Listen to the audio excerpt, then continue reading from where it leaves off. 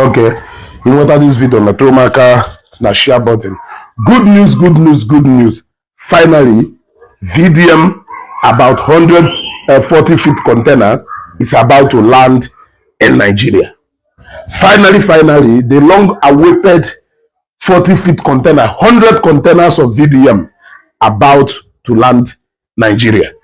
VDM, my brother. Importation business no be cho.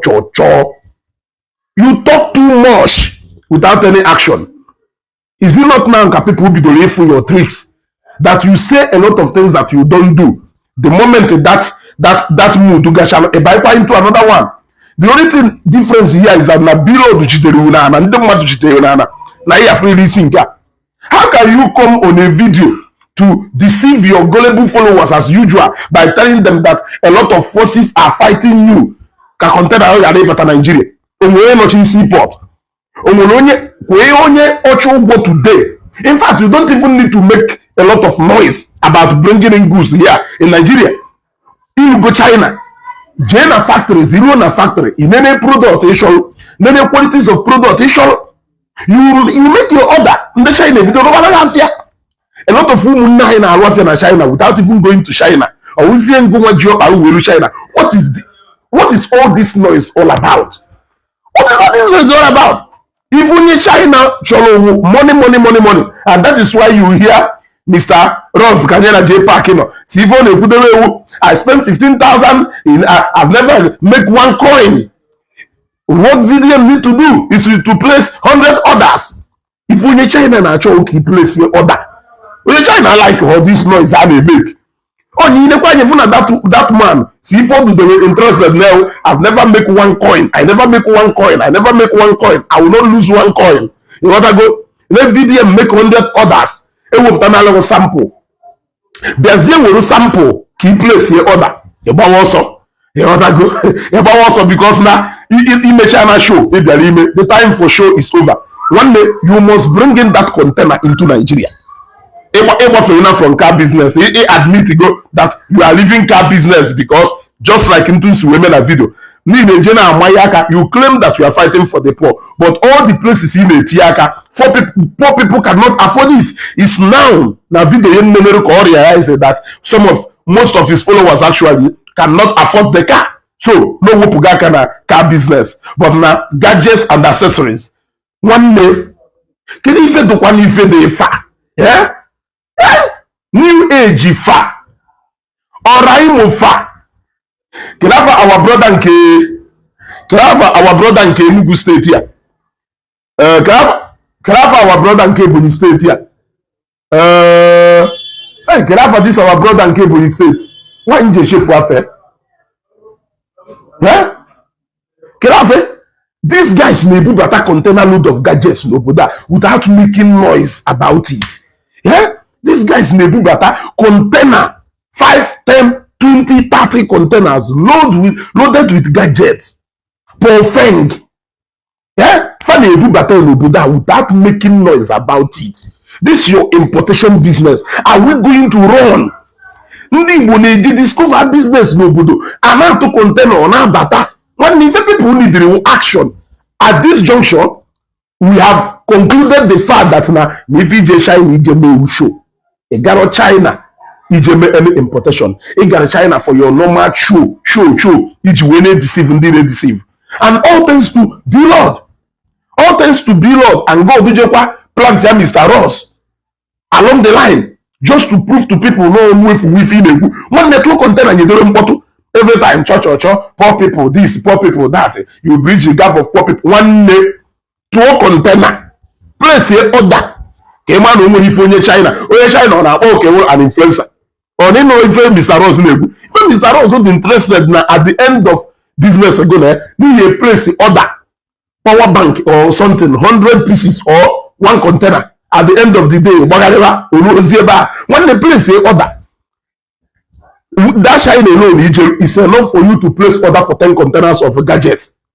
You wouldn't know exactly make their factories though. You go there, you go sell samples, you choose one location, you place order. You know time I do roche a 3 container or batara. Almost buying a 2 container now. Even Now, what you need budget different than why is your own? Why are you making too much noise about this one? Now, people now themselves sit here up. Look at Kelafaya Abutes here. The manufacturing buyer without making noise. Abutes kitchen equipment without making too much noise about it. Innocent Bunatal IVM without making noise. Johel Pharmaceutical, Bunatal Johel Pharmaceutical, Ebanalo Pharmaceutical equipment without making noise about it. Our brother and co-bossy Kogolo J Gonzie Bunatal factory Ebanalo cream crackers in Kema. Bunatal Nego State Kogolo without making noise about it. A lot ago, look at Kela enviable transport. But into transport before you know it, if more than 100 trucks will see to align more without making noise about it. The other day, baby go say more than close to 50 homo tippers with caterpillars without making noise about it, my brother. This is too much. You want to come into business. Business doesn't require noise. What business requires is action. On Ancholo, Eco, product, I will go to China, show that particular company, even with the quality and the price, made you wait to flow in the market. I mean, put church. The irony of what we are talking about now. In that video, he brags about calculating money. Bill or do you make it? Na only 233 pieces in Nyawa Lego. According to Nyawa, 233 pieces in Nyawa Lego. Nda receive bogoyo. E gotta go. Mana o calculate in a profit. Below do you make it? No one below the that 233 pieces. Right? Okay. Can you not calculate the below the profit or you make below the Lego over 400 pieces? So you might as well. Or you can as well calculate that same 170 something thousand profit in it. Calculate it times 400 and something to 500 pieces below the level. Then you will hear the actual figure. You will get Abalakana Azana, onye Gigi and Akonijinana. Onya example of Ifaneku. You are still calculating about Nkiji. As a man, Ejidanu Bunaka. Where do you want you or Yeli?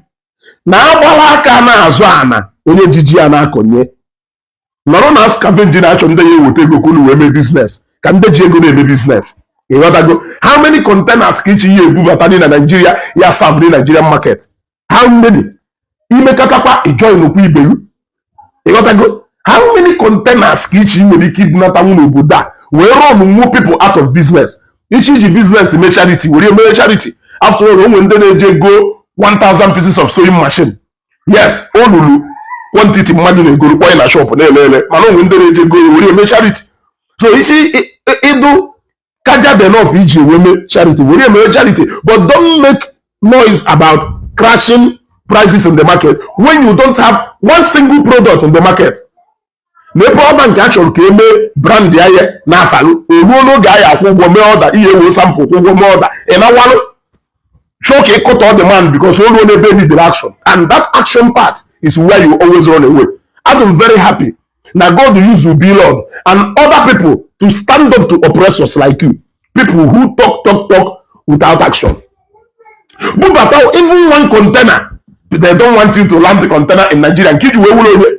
How many containers can you do better in Nigeria? Jena port aiketa, Jena tinka in fact Jena on airport. Ilwe bar. Kifo Ofunye will over 100 containers. Ofunye will over 200 containers. You know what I go? During the time Ebidori Ibunata this new machines of P.O. Obuawa, may his soul rest in peace in Bar. Bunata 100 containers of new machine. Yes, P.O. Obuawa, Bunata 100 containers. And every week, every week, and they book that container 10, 15, 20, 10, 15, 20, 10, 15, 20. So, how many of such containers can you bring inside this country before you can crash their this? Even at one container, then you go here with just few people. People cannot wait for you to go through the process of bringing in containers again before they can start to buy those products. they will start buying again.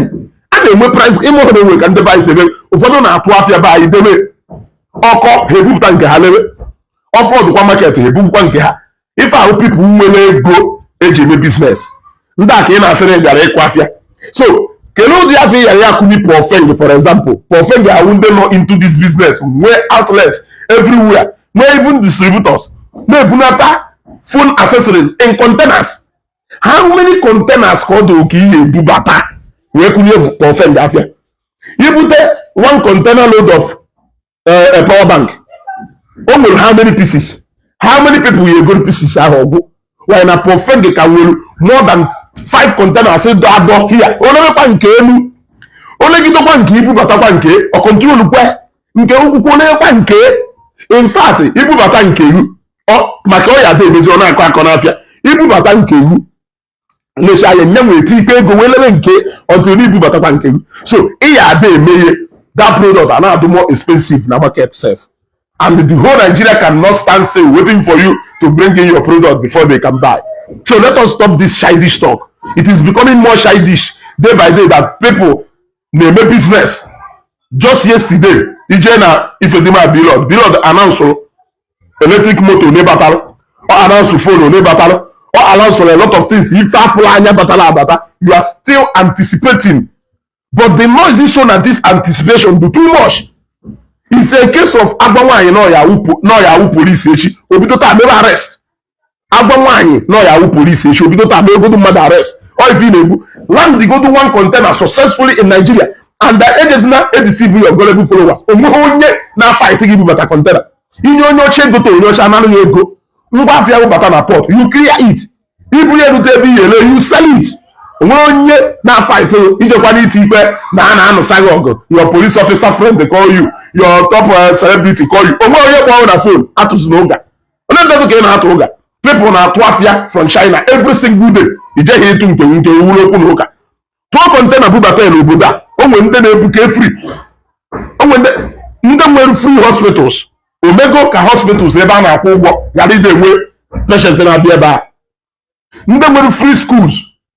Omego ka schools na-ana ego ghara inwe ndị na-abịa ebe a. Ịghara afụkwa onye ya hapụ school ebe a na-akwụ 500,000 jeti nwe na school ebe a na-akwụ 10 million. It's all about choice. You got to go. What are 2 engineers? She have 2 different projects depending on the name and level of those engineers. Before you can charge you 2 million, you will do place from foundation to roofing. Or you can charge out 7 million. If you want 7 million. So that is the market. I know there. Stop making noise, brother. Land your container in Nigeria. Let the business begin. You know, you before you put that one container, you may not put that go to truck. Business no be sure. Business is all about action. That is why you fouldn't then on a koga now banoga and menka. Etc. No business today. You know that apprenticeship will introduce you to business. It's not a waste. It is a university carrying university where you go and learn a business. One day, if you don't know it, you think na business whereby ring light. Don't know if you na bamba. Jane afford to carry container. No when they to ship load no buda. Gonna ndo Igbo, ndo Hausa, ndo Yoruba na to ship load ngwa fe no buda kanko. Mmadu na ke chore noko out of business. You want to make business a charity now. A charity in the sense that na ngwa fe na China. Kwụ ụgwọ shipment, kwụ ụgwọ clearing, kwụ ụgwọ logistics ihe up to your warehouse. Orute your warehouse. Ngwa afịa nwere also other means of distribution where you will be paying workers and all these things. At the end of the day, it came the mother n'aka. We want to see how you are going to sell that power bank, sell that as accessories and gadgets. We want to see how you are going to give them free. Stop doing church or church. Jena factory onye China kwụọ ya ụgwọ ọrụ ngwa afịa onwe onye jighị ịnụ ngwa afịa esi na na-agba mgbe ị na-agba ngwa afịa bata na port ajụ na ya agba moto buru ebute na warehouse buru ebute na warehouse ajụ na ya egbe if you use ife jee na Odolowu jee na Alaba jee na Trade Fair jee na Lagos Island jee na Ladikpo every minute ka eji ebutu ngwa afịa ị na ọ na-enye mkpọtụ agbara aka na azụ na onye ejisi ya na-akọnye ji nwanne bilo ga-abụghị ego gị ike ndị mmadụ fụ na ị nwere action ọ na-alọ gị wee pụta ikwuo papa onye ọra na-egbafukwa gbaje na another one You got to go. Only go the time for action. I like him to be on this way, dokido until the mother phone, not just so cooking. I want to be on the chicken out. Kaketa, the mother will get. You go Germany, nobody will now talk about it again. I go. I get one year and credit you. But all dokido, operation, you must bring that container. Every bill don't know which day when I'm operation, you must bring that container. You must crash price of goods in the market. Business is not about cho. Business is about action. You can't be saying, I will crash cement business. I will crash cement business. But I don't know, I can do the site every cement plant. I have you know, young bottle. Then go down in cement. You know, young bottle. You gotta go. So I want to remind you that why you are still shouting now 233. Yeah, now beyond a Lego over 400 to 500. So when you get before that 233, okay, when you go over 2,000, 3,000 pieces because all the capital has okay, make pre-order for the phone, send the quality use go on check and never pre-order na WhatsApp group, never pre-order na WhatsApp group. One day, only phone you can below the counter, see the business support. Only a very good advice. Only answer good stick here to being an activist. That you are doing more better being an activist than going into business and other things in agency. You can be jack of all trades, the master of none. You know that go. All social media hyping, they move for the powerful, but only on action on our boss. You know that go. Share this video. Business no be church or show. We are still waiting for the day air flood. 100. In fact, for you to even create an impact in the market, you need to bring in over 500 containers of whatever product you on your key. You know that go. But we have not seen one. I have to get better on a group page. Man, I know it's that go too much. Na Facebook. Share this video. If I never okay na a mepanion. You know that go. Days of that deceit I do go over. This is years ago. Share this video.